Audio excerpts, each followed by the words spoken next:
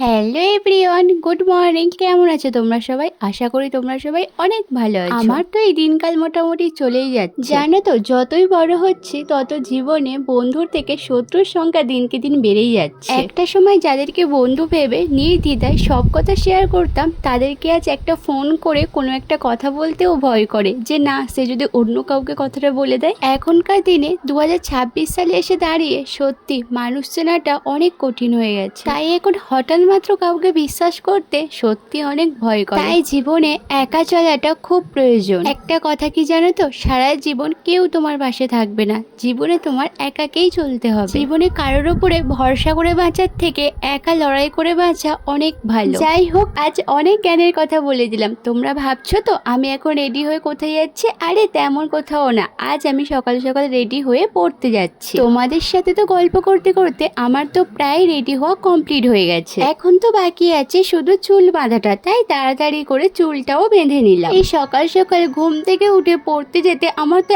একদমই ভালো লাগে না, কেন জানি না। রাতে আমার চোখে ঘুমই আসতে চায় না, আর সকালে ঘুম চোখ থেকে ছাড়তেই চায় না। কিন্তু কি আর করবো বলে, পড়তে তো আমাকে যেতেই হবে। বার হওয়ার আগে তো একবার ব্যাগটা চেক করে নিলাম যে সবকিছু ঠিকঠাক নিয়েছি কিনা। আর দেখো, এই ব্যাগটার সাথে সাথে আমাকে আবার এক্সট্রা একটা ব্যাগ নিতে হয়, কারণ আমার কাছে আছে এত মোটা একটা বই। যাই হোক, তারপরে তো আমি গপুকে প্রণাম করে নিয়ে বার হয়ে গেলাম পড়তে যাওয়ার উদ্দেশ্যে। আজ তাহলে আসি, দেখা হচ্ছে নেক্সট ভিডিওতে।